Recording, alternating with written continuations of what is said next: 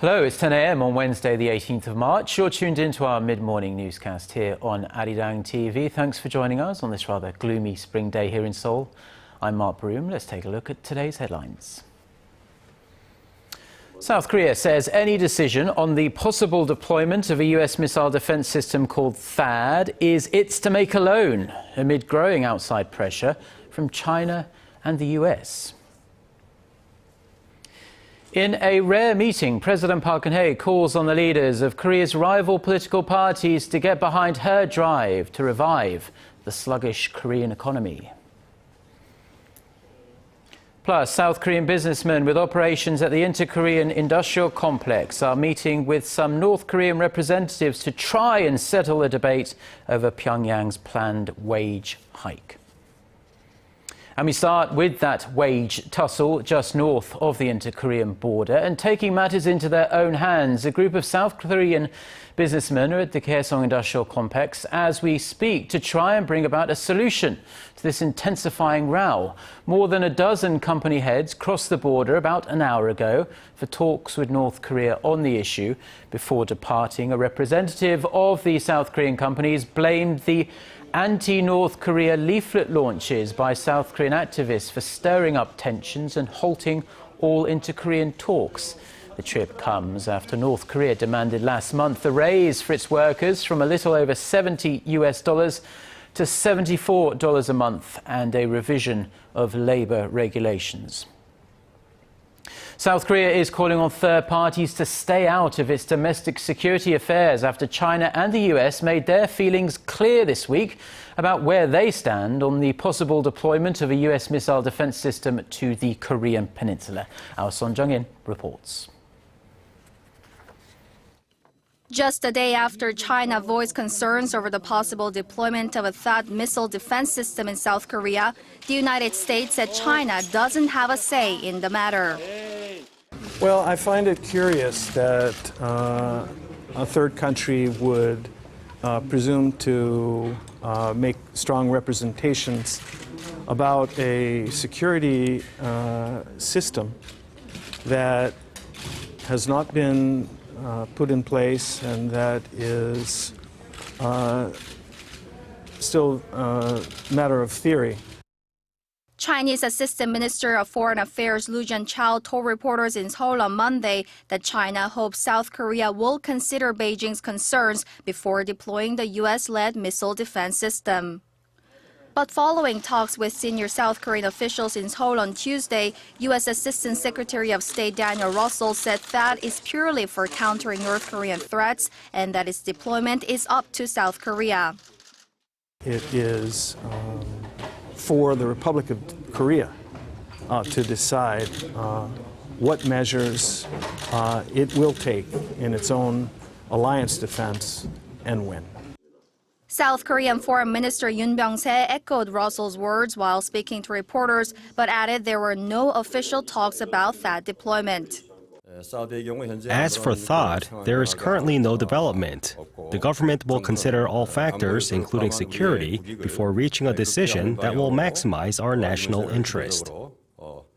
But as the Foreign Ministry teeters between Seoul's closest partners, the Defense Ministry was much more blunt, saying that neighboring countries should not weigh in on South Korea's security policy.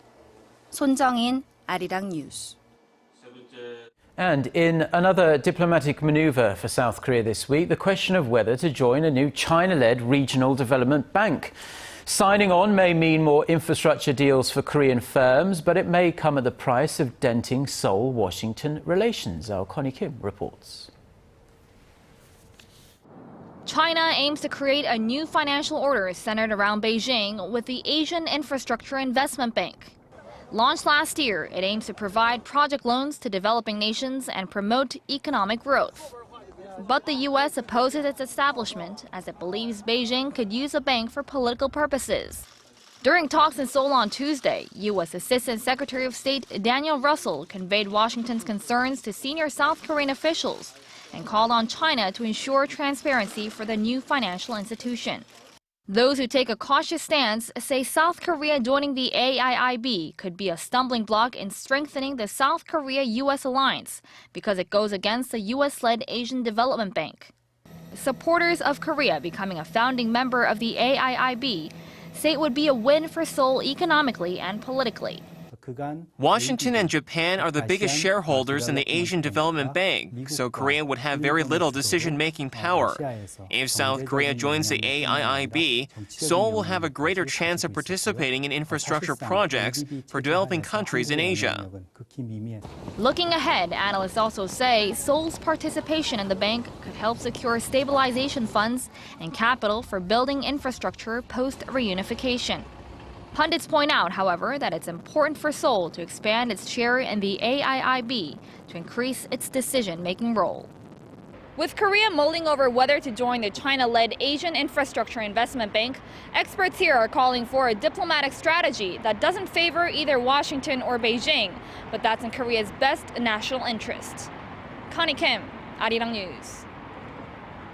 Now, as a follow-up to that report, the United States says it's up to Seoul to decide whether it wants to join the China-led Asia Infrastructure Investment Bank. At a regular press briefing on Tuesday, U.S. State Department spokeswoman Jen Psaki said the decision on whether to join the AIIB rests squarely with each sovereign country, including South Korea. But Psaki also said it's important for prospective members to push for the adoption of high standards, adding that Washington believes there's a need to enhance infrastructure investment with the international community. She said the multilateral institutions should closely follow the high standards established at the World Bank and the Regional Development Bank. Britain announced last week that it would join this bank, becoming the first Western country to do so. President Park Geun-hye held talks on Tuesday with the leaders of Korea's two main political parties. The three were looking to find some common ground on reviving the nation's flagging economy. However, as you'd expect, there were some differences on some major issues. Our Chae-son reports. After a brief exchange of greetings with the leaders of the ruling and opposition parties, President Park got down to business, addressing her recent Middle East trip. 앞으로 이 중동 순방의 결과들이 결실들이 우리 국민과 또 기업들에게 더 큰 혜택으로 전해지고 또 그래서 다시 한번 경제가 크게 일어나는 어떤 초석이 될 수 있도록 많이 도와주시기를 부탁드립니다. She also urged the parliament to swiftly pass pending bills aimed at creating jobs and revitalizing the economy. While promising his party's cooperation, opposition leader Moon Jae-in said that the government's economic and welfare policies have failed to improve the people's livelihood. We need to change policies and increase household income for growth. I propose first addressing 4 livelihood tasks. The 4 tasks Moon listed were a significant increase in Korea's minimum wage, generating welfare funding by expanding taxes on corporations and high-income earners, and addressing the problems of rising housing rental prices and household debt. President Park rebutted Moon's claims, saying the opposition's proposed artificial income increase could lead to more taxes and reduce corporate activity. She added the government is already taking measures to handle the 4 tasks listed by the opposition leader. As for improving inter-Korean relations, Moon said Seoul should first seek to boost economic cooperation with Pyongyang and make efforts to hold an inter-Korean summit this year. While President Park has opened a channel to more actively communicate with the leaders of both the ruling and opposition parties, time will tell how Tuesday's meeting will affect state affairs down the road. Chae-son, ARIRANG News. Now, gone are the days when candidates campaigned merely with posters, leaflets and trucks armed with loud hailers. Now they are jumping on the social media bandwagon to try and draw in potential young voters. Our Kwon Soo-ah takes a look at the new digital look for Korea's political leaders. As Korea's rival parties gear up for April's by-elections, they're trying to win the hearts of young voters through novel campaign methods than the usual posters and leaflets. This teaser shows a young unemployed man complaining about a situation, when suddenly the ruling Saenuri Party's chairman appears in front of him. 괜찮아요. 많이 놀랬죠? It's an advertisement for an application naming contest. It's hoped the app will boost young people's participation in the political process. The main opposition New Politics Alliance for Democracy is using webtoons as a means of explaining hot political issues in an easy-to-digest way. We're doing this in an effort to not let complicated policies be discussed only at the National Assembly, but to connect with young voters. Due to high social network service penetration, these video clips and digital comics spread quickly, making it easier for the parties to spread their vision to the younger generation. But there are concerns about whether this is the best way to go about campaigning. When young people look at content on SNS or webtoons, they simply enjoy it and they don't take it that seriously. That's why there needs to be a more thorough understanding of cultural phenomena and young people's opinions, especially when the subject matter is so heavy and important. Some say that rather than focusing too much on how to make themselves more likable, the parties should come up with practical strategies to tackle the biggest problems facing young people in Korea, such as the high youth unemployment rate. Kwon So-ah, Arirang News.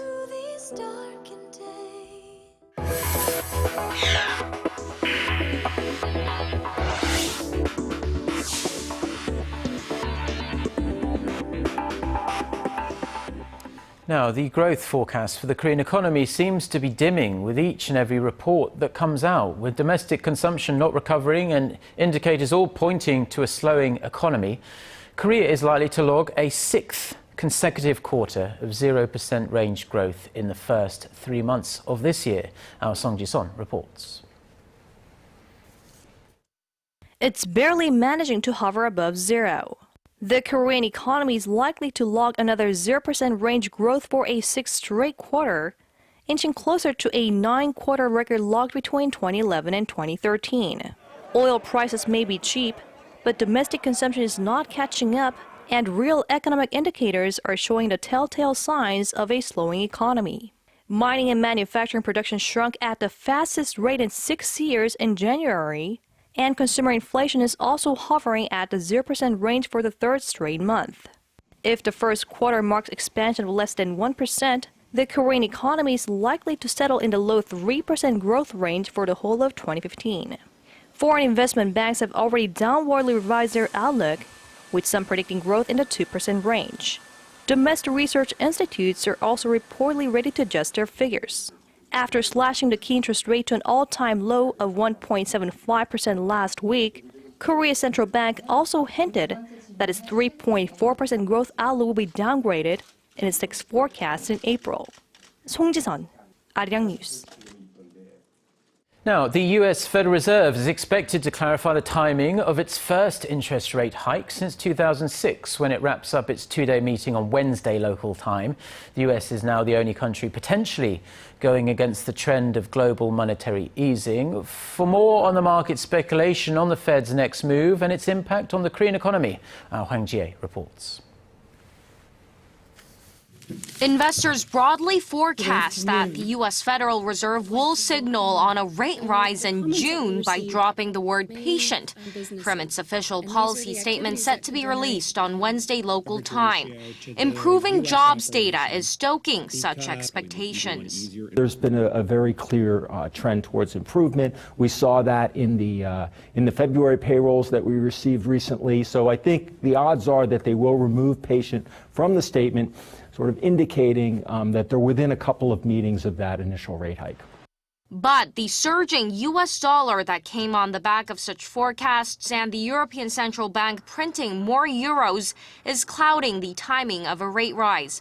The soaring greenback erodes the price competitiveness of U.S. exporters in the global market and could hurt the pace of recovery. The Fed's next move also comes in an environment of sluggish global demand and slowing growth, where more than 20 central banks across the globe have eased policy this year to revive ailing economies. And Korea is no exception. The Fed's decision on its key rate has largely affected Korea's key rate. But now Korea's interest rate is more affected by monetary policies in regions other than the U.S. There are concerns, though, of a massive capital outflow from Korea in the face of the Fed's possible rate hike and a record low key rate. The good news is that Korea is now less vulnerable to such risks. Korea continues to post a current account surplus, and this leads to increasing foreign exchange reserves. That will help Korea absorb shocks coming from capital outflows. The Bank of Korea governor, however, has cautioned against too much optimism, saying the central bank will closely monitor risks related to capital outflows. Hwang Ji-hye, Arirang News.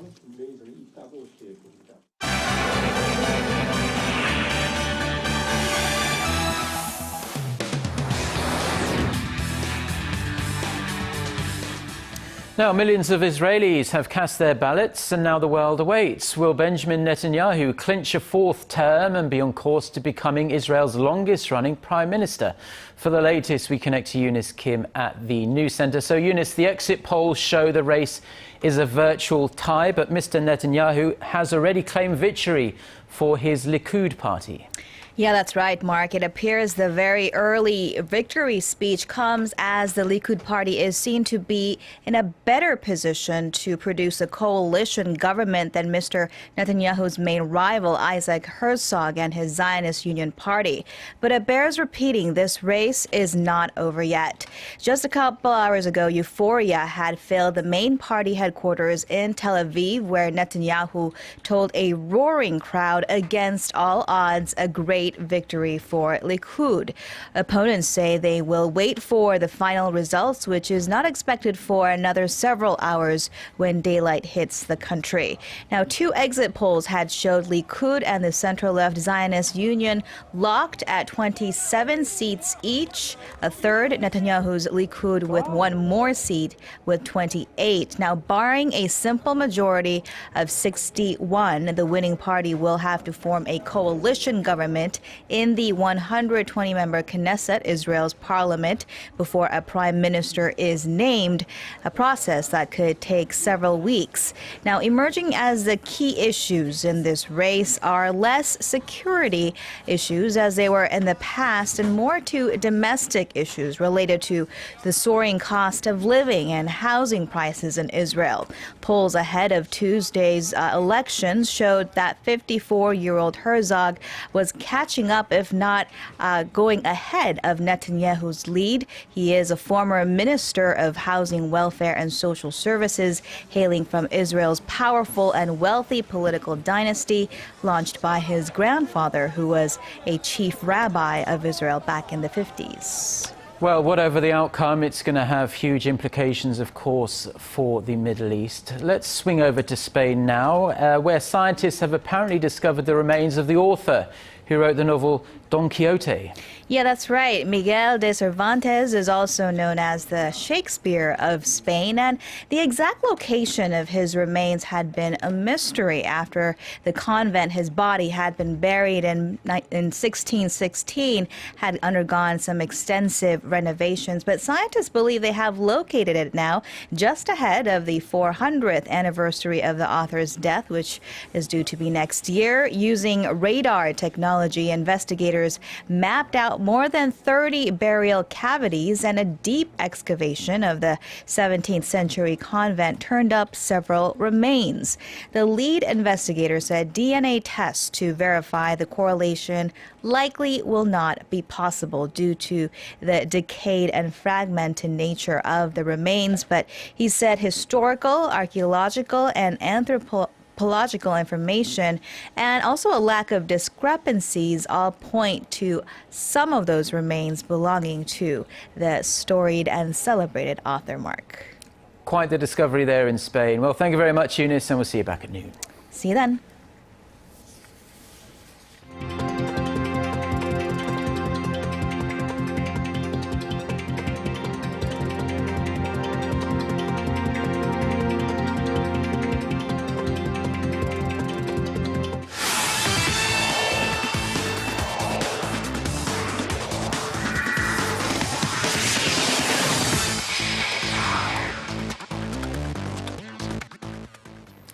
And a good Wednesday morning to you all as we kick things off with the 2018 Pyeongchang Winter Games as the IOC Coordination Commission began its 4 days of review starting on Tuesday. And like it or not, the organizing committee is expecting some negative reviews. Despite some major improvements made in the preparations for the Winter Games, the IOC is expected to give out some negative comments in the current status, including the delay in the constructions. Now, other key issues that will be brought up by the IOC also include whether or not a test event can be launched next February and the lack of sponsors for the Games. But the organizing committee remain optimistic as they have recently formed a joint working committee with the IOC in hopes to speed up the preparations.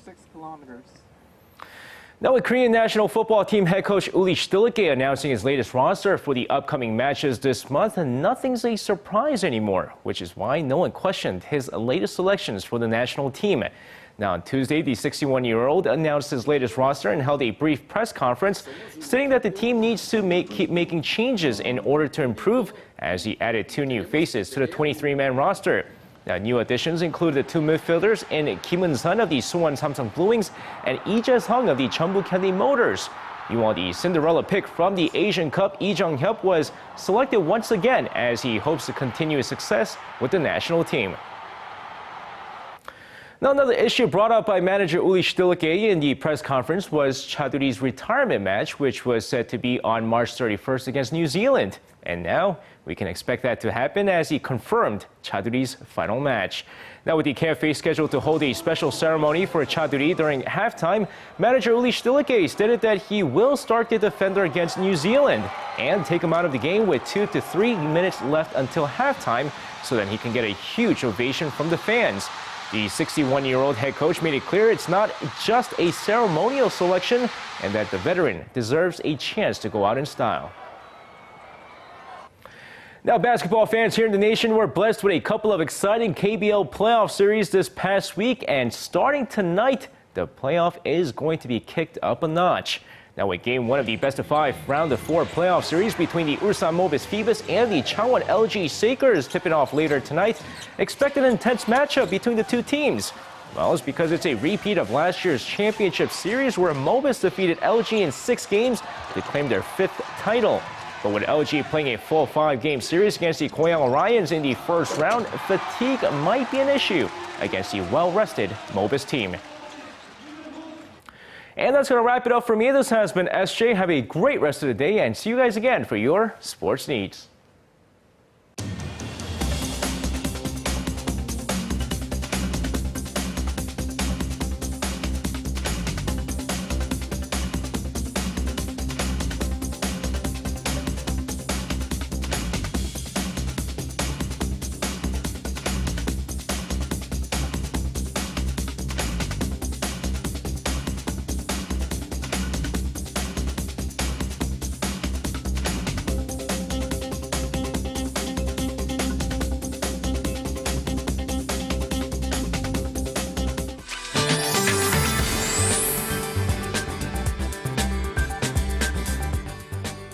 Well, it's a rainy day today. Southern provinces are getting heavy rainfall since early this morning. And it's not raining here in the capital just yet, but it will soon from this afternoon. Up to 80 millimeters of heavy showers are in store for the southern regions. And Jeju already saw about 50 millimeters. So a heavy rain watch has been issued a couple of hours ago in Jeju. But Seoul and the surrounding areas will see light rain from this afternoon. And it's likely to linger till tomorrow morning. But there shouldn't be any big changes in temperatures for the upper parts today, as the daytime high here in Seoul will hike up to 14, and Daegu and Gwangju will be slightly cooler than yesterday, topping out at 11 and 16, and Busan will top out at 13 this afternoon. And as for the other regions, Jeju Island and Daejeon should see a high of 19 and 13, and Dokdo rises to 11.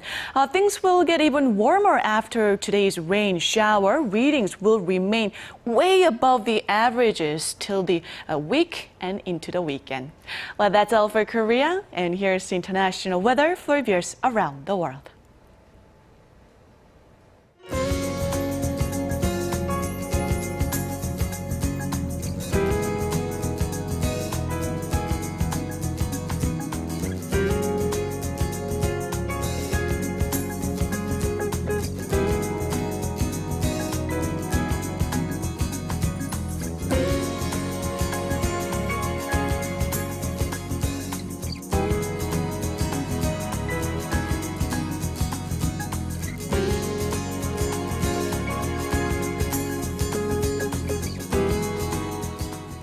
Well, that's all we have for now. If you missed anything, all the stories we broadcast here on Arirang are up on our website, which can be found at arirang.co.kr/news. And we also have a smartphone application for the latest news and programs as well. We'll be back at noon Korea time with our next newscast. Until then, goodbye.